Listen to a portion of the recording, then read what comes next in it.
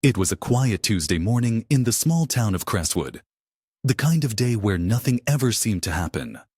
The sun was just beginning to rise, casting a golden glow over the sleepy streets. But inside the county courthouse, tension was thick enough to cut with a knife. The room was packed. Reporters scribbled furiously in their notebooks. Lawyers shuffled papers, and the jury sat stone-faced, their eyes darting between the witness stand and the defendant. At the center of it all was Marcus Johnson, a 28-year-old black man, sitting quietly in his chair, his hands clasped tightly together. His future hung in the balance, and the weight of it was written all over his face. But this wasn't just any trial. This was a case that would expose a truth so shocking, it would leave the entire courtroom, and eventually, the world, stunned. The prosecution's star witness was Officer Daniel Harris, a veteran cop with a spotless record and a reputation for being a straight shooter. He took the stand, his uniform crisp, his voice steady, and began to recount the events of that fateful night. According to Harris, he had pulled Marcus over for a routine traffic stop, but things had escalated quickly. Marcus, he claimed, had become aggressive, refusing to comply with orders. Harris testified that Marcus had reached for something in his car, something that looked like a weapon. Fearing for his life, Harris said he had no choice but to use force. His story was compelling, his delivery flawless. The jury leaned in, hanging on his every word. It seemed like an open and shut case. But there was one problem: the truth. As Harris continued his testimony, Marcus's defense attorney, a sharp and determined woman named Sarah Collins, sat quietly, her eyes narrowing. She knew something the rest of the courtroom didn't. She had seen the footage. The body camera footage that Harris claimed had malfunctioned that night. The footage that the prosecution had fought to keep out of evidence. And as Harris painted Marcus as a dangerous criminal, Sarah could feel the weight of that truth pressing down on her. She knew it was only a matter of time before the real story came to light. But when it did, no one, not the jury, not the judge, not even Marcus himself, could have been prepared for what they were about to see. The tension in the room was palpable as Sarah stood to cross-examine Harris. Her voice was calm but firm as she began to poke holes in his story. "Officer Harris," she began, "you testified that my client was aggressive and non-compliant. Is that correct?" Harris nodded confidently. "Yes, ma'am." Sarah paused, letting the silence hang in the air for a moment.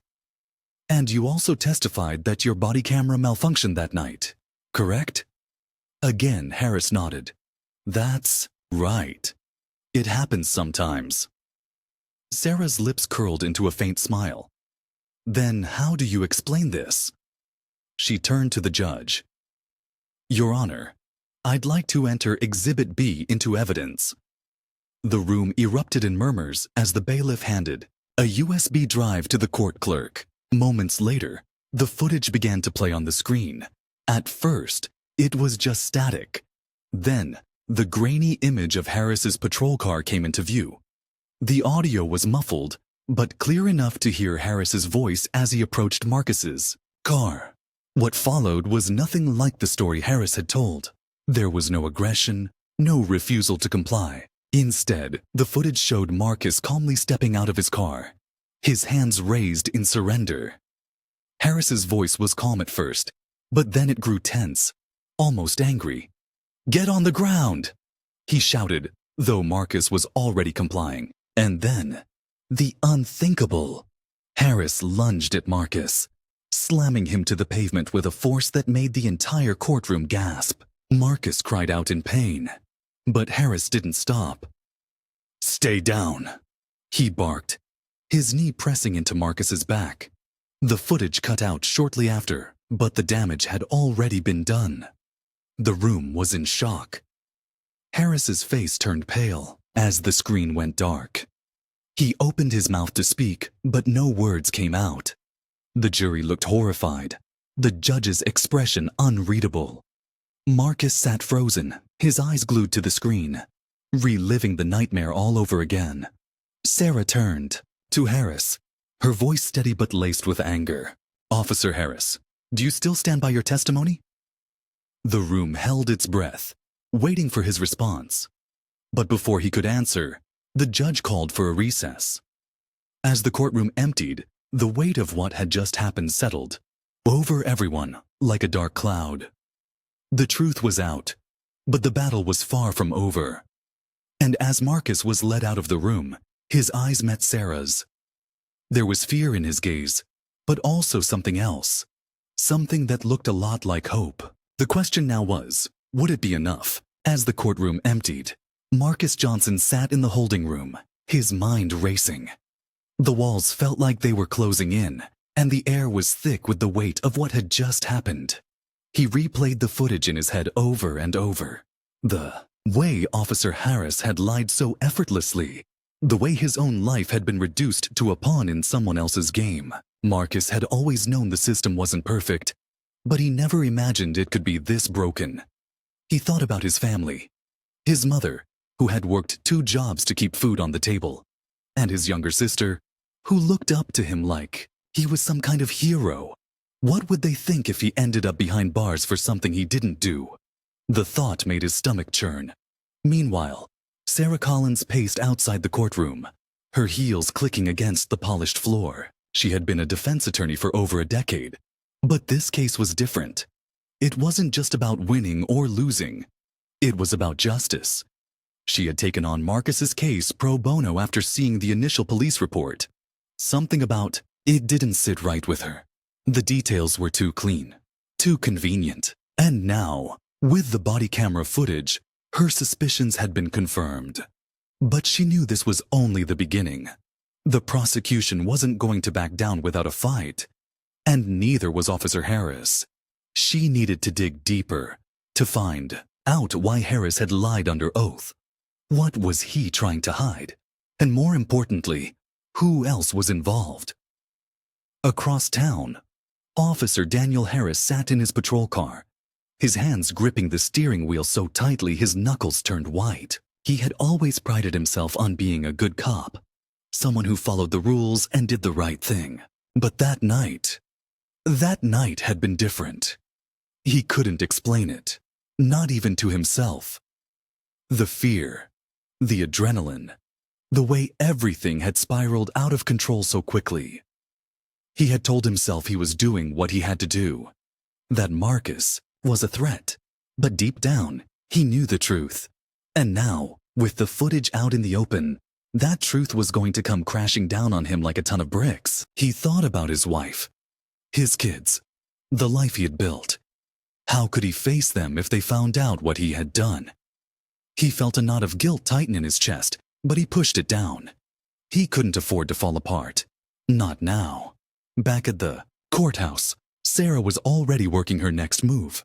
She had a team of investigators digging into Harris's past, looking for any red flags or patterns of misconduct. So far, they hadn't found much. Harris's record was clean. Too clean. Almost as if someone had gone out of their way to keep it that way. But Sarah wasn't giving up. She knew there had to be something. Some piece of the puzzle that would explain why Harris had lied. She also knew she wasn't just fighting against Harris. She was up against an entire system that had been designed to protect people like him. It was a David and Goliath situation. But Sarah wasn't afraid of a challenge. She had made a promise to Marcus, and she wasn't going to let him down. As the days turned into weeks, the case began to attract national attention. News outlets picked up the story, and soon, Oyster Justice for Marcus was trending on social media. People were outraged by what they saw in the footage, and calls for police accountability grew louder by the day. But not everyone was on Marcus's side. There were those who defended Harris, claiming he was just doing his job, that he had been put in an impossible situation. The debate spilled over into the streets, with protests and counter-protests erupting in cities across the country. It was a powder keg waiting to explode, and Marcus was at the center of it all. For Marcus, the attention was overwhelming. He had never asked for any of this. All he wanted was to live his life, to work his job at the auto repair shop, and to take care of his family. But now, he was being painted as either a hero or a villain, depending on who you asked. He tried to stay strong, to focus on the trial, but the pressure was relentless. Every night, he lay awake, staring at the ceiling, wondering how his life had come to this. He thought about the night of the arrest, the way Harris had looked at him with such hatred. He couldn't shake the feeling that there was more to it, that Harris had a reason for targeting him specifically. But what? Marcus didn't have any enemies, at least none that he knew of. So why had Harris gone after him? Sarah was wondering the same thing. She had spent hours poring over the case files, looking for any connection between Marcus and Harris. So far, she hadn't found anything. But then, just when she was about to hit a dead end, she got a call from one of her investigators. "You need to see this," he said, his voice tense. Sarah's heart raced as she opened the email he had sent. It was a photo of Harris at a local bar, taken just a few weeks before the arrest. And standing next to him was someone Sarah recognized instantly. A man named Derek Wells, a known drug dealer with a long history of run-ins with the law. Sarah's mind raced. What was Harris doing with someone like Wells? And what did it have to do with Marcus? She immediately called Marcus and asked him if he had ever heard of Derek Wells. There was a long pause on the other end of the line before Marcus finally spoke. "Yeah," he said, his voice low. "I know him. He used to hang around my neighborhood, but I haven't seen him in years." "Why?" Sarah hesitated, not wanting to give too much away. "I'm not sure yet," she said, "but I think he might be connected to your case. I need you to think, Marcus, is there anything at all that might link you to Wells or Harris?" Marcus was silent for a moment, then sighed. "I don't know, Sarah. I really don't." Sarah hung up the phone, her mind racing. She knew she was onto something, but she couldn't quite put the pieces together. What was the connection between Harris, Wells, and Marcus? And why had Harris gone out of his way to frame Marcus for something he didn't do? The more she thought about it, the more she realized this case was bigger than she had initially thought. It wasn't just about one cop lying under oath. It was about a web of corruption that went far deeper than anyone had imagined. And if she wasn't careful, digging into it could put her and Marcus in serious danger. As the trial resumed, the tension in the courtroom was thicker than ever. The prosecution tried to downplay the significance of the footage, arguing that it didn't tell the whole story. But Sarah wasn't having it. She hammered away at Harris, forcing him to admit inconsistencies in his testimony. The jury watched intently, their expressions unreadable. Marcus sat quietly, his eyes fixed on Sarah. He trusted her, but he couldn't shake the feeling that they were running out of time. The truth was out there, but so were the people who didn't want it to come to light. And as the trial dragged on, Marcus couldn't help but wonder, what would it cost to finally get justice? As the trial continued, the courtroom became a battleground of truths and lies, each side fighting to control the narrative. Sarah Collins knew she had to keep pushing, but the prosecution wasn't making it easy. They brought in witnesses, other officers who backed up Harris's version of events, neighbors who claimed Marcus had a history of trouble, and even an expert who tried to explain away the body camera footage as inconclusive. Sarah countered every move, but it was exhausting. She could feel the weight of the case pressing down on her, and she knew Marcus could feel it too. Every time she glanced at him, she saw the same question in his eyes. Is this ever going to end? Meanwhile, outside the courthouse, the protests grew louder. The footage had sparked a fire that couldn't be contained. People were angry, not just at Harris, but at the entire system that had allowed something like this to happen. Signs with Marcus's face and slogans like, "Stop police brutality," and "Accountability now," filled the streets. But not everyone was on Marcus's side. There were counter-protesters too. People who believed Harris was being unfairly targeted, that he was just a cop doing a dangerous job. The divide was stark, and it felt like the whole town, maybe even the whole country, was holding its breath, waiting to see how this would play out. Behind the scenes, Sarah's investigation was heating up. Her team had dug deeper into Derek Wells, the drug dealer who had been seen with Harris. What they found was troubling.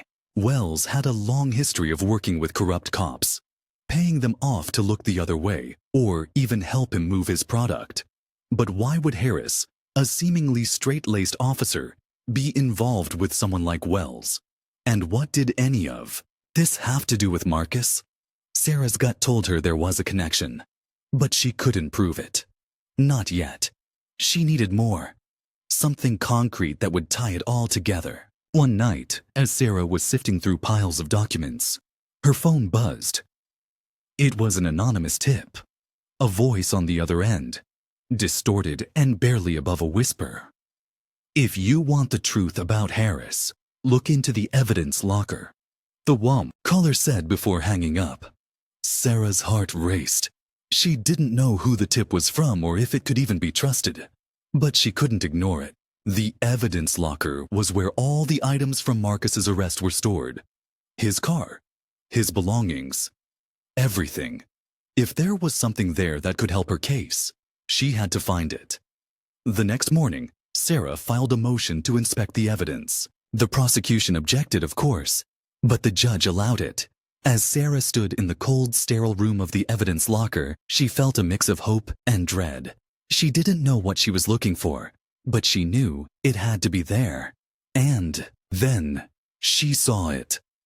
A small, unmarked bag tucked away in the corner of Marcus's car. Inside was a stack of cash and a burner phone. Sarah's mind raced. Why would Marcus have this? It didn't make sense.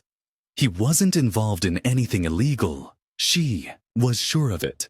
But if that was true, then who had planted it there? Back at the courthouse, Sarah confronted Marcus about the bag. His face went pale when she described it. "That's not mine," he said, his voice trembling. "I've never seen that stuff before in my life." Sarah believed him, but she knew the prosecution would use it against him. They'd argue that Marcus was involved in something shady, that Harris had been right to arrest him. It was a setup, plain and simple, but proving it was going to be nearly impossible. As the trial dragged on, the pressure began to take its toll on everyone. Marcus's family was struggling to hold it together. His mother, a proud woman who had always believed in the system, was starting to lose faith. "How can they do this to my son?" she asked Sarah one day, tears streaming down her face. "He's a good boy. He's never hurt anyone." Sarah didn't have an answer. All she could do was promise to keep fighting. Even Harris seemed to be cracking under the strain. He had always been the picture of confidence, but now he looked haunted, like a man who knew his lies were catching up to him. Sarah noticed the way he avoided eye contact, the way his hands shook when he testified. She wondered if he was starting to regret what he had done, or if he was just afraid of getting caught. Either way, she knew he wasn't going to go down without a fight. And then there was Derek Wells. Sarah's team had been tracking him, trying to find a way to connect him to Harris and Marcus. But Wells was slippery, always one step ahead. He seemed to know they were onto him, and he wasn't making it easy. Sarah knew she needed to get him on the stand, to force him to answer for whatever role he played in all of this. But getting him to talk was going to be a challenge. Wells wasn't the kind of man who cooperated with the law, not unless he had something to gain. As the trial entered its final days, the tension in the courtroom was unbearable. The jury was deliberating, but Sarah knew it wasn't over. Not yet. There were too many unanswered questions, too many loose ends. She could feel the truth hovering just out of reach, like a shadow she couldn't quite grasp. And then, just when she thought she had hit a wall, she got another break. A piece of evidence so damning it could change everything. But before she could act on it, something happened that no one saw coming. Late one night, as Sarah was leaving her office, she noticed a car following her. At first, she thought it was just her imagination, but when she turned down a side street, the car followed. Her heart pounded as she sped up, trying to lose them. But the car stayed close, its headlights glaring in her rearview mirror. She didn't know who it was or what they wanted. But she knew one thing for sure. She was getting too close to the truth. And someone didn't like that. The next morning, Sarah arrived at the courthouse with a renewed sense of determination. She wasn't going to let anyone intimidate her. She had a job to do, and she was going to see it through, no matter what. But as she walked into the courtroom, she couldn't shake the feeling that something big was about to happen. The air was electric, like the calm before a storm. And as the judge called the court to order, Sarah took a deep breath, ready to face whatever came next. The truth was close. She could feel it. But so was the danger. And in a case like this, the line between the two was razor thin.